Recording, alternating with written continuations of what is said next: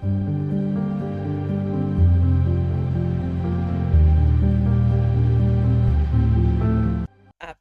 the Lord and good morning. Welcome to our morning devotion. This wonderful day, being the 5th day of the month of May, the year 2026. We are blessed to be here as I share the word of God with you. I'll be hosting the morning devotion this morning. My name is Samir Ranjan Kariuki. I'm born again. I love the Lord as my personal savior. So today I'll be sharing from the book of Isaiah, chapter number 43, verse 1 specifically. And our theme this wonderful day is about restoration is God's first desire. And we'll be focusing on God's redemptive heart. So let us pray. Our Father and our God, we are so grateful this wonderful morning for your love. Thank you for caring for our lives throughout the night, oh God. We are here before you this morning with open hearts, with open minds, oh Jehovah, Heavenly Father. As we listen for your word this day, Father, we pray that Jehovah God, this word will change our lives, Jehovah Heavenly Father. It will direct our steps, O King of all glory, and truly believing that our lives will never be the same again after hearing this wonderful word. For it's in Jesus' name do I pray and believe. So welcome so much once more to this morning devotion. As I've just said, I'll be sharing from the book of Isaiah, chapter number 43, specifically verse number 1. Last week, we still went through the same verse, but on a different revelation. And today we are using the same verse with a different revelation, and I know that the Lord will continue blessing us. So many people see God as God who is always waiting to punish us because of the things that we do. But when we read the Word of God or the Bible carefully, we discover something powerful about God's desire to restore our life. So God is a God of restoration who always desire not to punish us because of our mistake, but to restore us back to him because of his love. So Israel had failed God many, many times. They had drifted away from him. They even worshipped idols and disobeyed him in so many ways. So in the book of Isaiah, chapter number 43, we are going to read it once more. Verse 1, God does not begin with anger. He begins with comfort and love and restoration. So let us read our verse this wonderful day. That is Isaiah 43, verse 1. And it says, "But now this is what the Lord says, He who created you, O Jacob, He who formed you, O Israel, do not fear, for I have redeemed you. I have summoned you by your name. You are mine." That is what the word of God is telling us this morning from the book of Isaiah. So let's get God's revelation from this one about restoration, and that being God's desire to restore us in our lives. So in this verse, God speaks speaks hope in the midst of our fears. The verse begins with the words, "Fear not." Fear is the enemy's most or the greatest weapon that the devil uses to make us think about our failure, make us think about our future, make us think about making mistakes and even disappointment. So the word God is speaking to our situations this morning, and he begins by this weapon that the devil uses so much, and the weapon is fear. But God says to us clearly, do not fear, because I'm your God. So, but restoration begins when God speaks peace into our fear. So this is when the restoration of God starts, when he speaks peace into our fears. So when God says fear not, he's reminding us that he has not abandoned us, even in the situations that we are in, the failures that we are facing. God speaks these words, do not fear. And this is what I'm reminding you this morning, that God is reminding us that he has not abandoned us. And he's also reminding us that our situations are not beyond repair. And he's also telling us that even if we are broken today, we still have hope in our lives because he is going to restore us. That same verse talks about restoration, and we have seen that restoration comes through redemption. That is what the word of God is saying in Isaiah 43 verse 1, that he is going to redeem us. So God says, I have redeemed you. That is what he says in his words. So to redeem means to bring back, or to buy back, or to rescue you from a certain situation. So the Israelites had wandered away from God, yet God still claimed them back.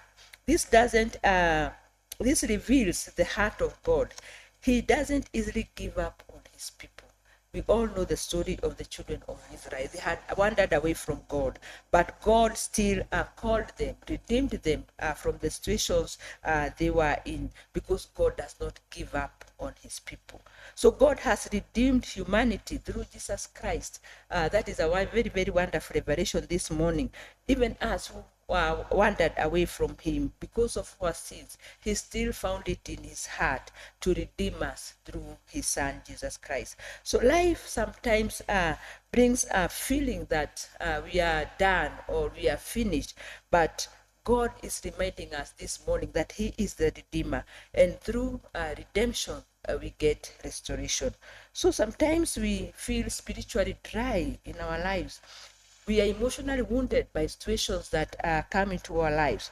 We are burdened by guilt of the things that maybe we have done, or maybe they are in our lives, so we feel so burdened.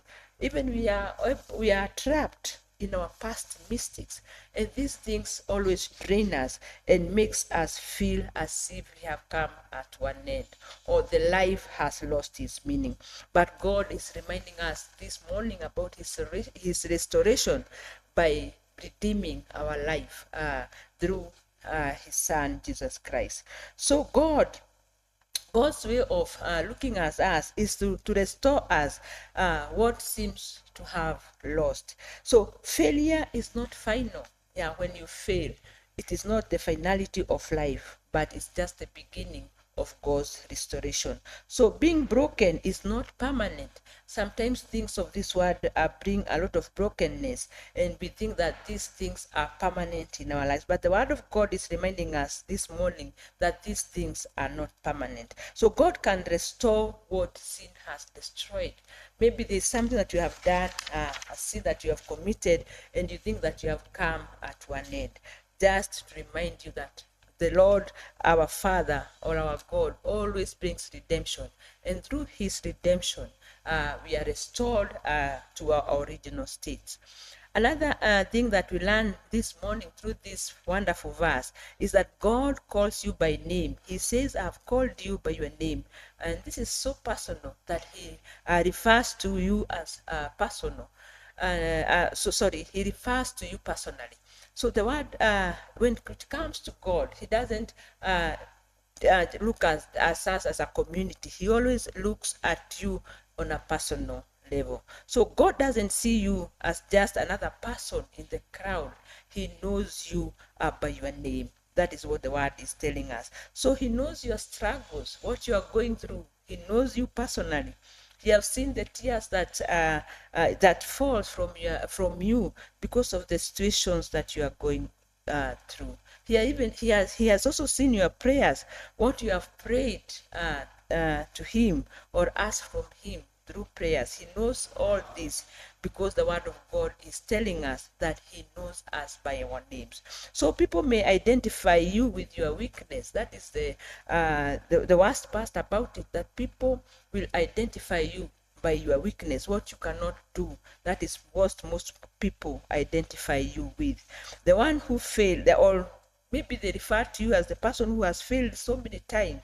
They refer to you as that person who is so hopeless in life. But God reminds us this morning that he calls you by your name, not by your weakness. So in the Bible, whenever God called someone personally, restoration always followed. He called Moses, he called Moses by his name, and later Moses became the deliverer. He called Peter by his name, and later Peter became a very great preacher. He called Paul. This is a story that we have known so well, and later Paul became an apostle. So when God restores you, he restores your identity. He calls you because he wants to make something out of you. And after he calls you from a situation that is of their need, remember he calls you, and and after calling you, he restores you. So many people lose their identity through pain. They lose their identity through failure. They lose their identity through sin. They make us forget who we truly are. This thing, the pain, makes us forget who we are truly are. But God doesn't call us by our mistake. That is the mystery about our God. He calls us by our names.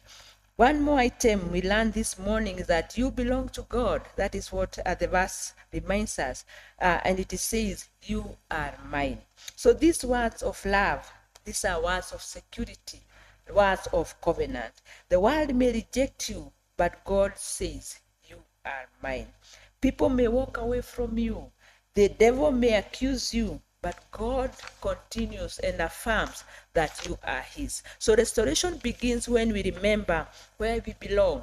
A child who knows his father will will not lose confidence because he knows his father. So believers who know they belong to God can stand even in difficult situations when you know where you belong. God reminds us that we are his. He says those words from his mouth, that you are mine. One more item that we learn from this verse is that God restores you for a purpose, not to be comfortable or to stay a comfortable life. When God brings restoration to you, he does it with a purpose. He restored Joseph for the nations. He restored David to lead the children of Israel. Peter was restored to strengthen the church. So your restoration is connected to your calling.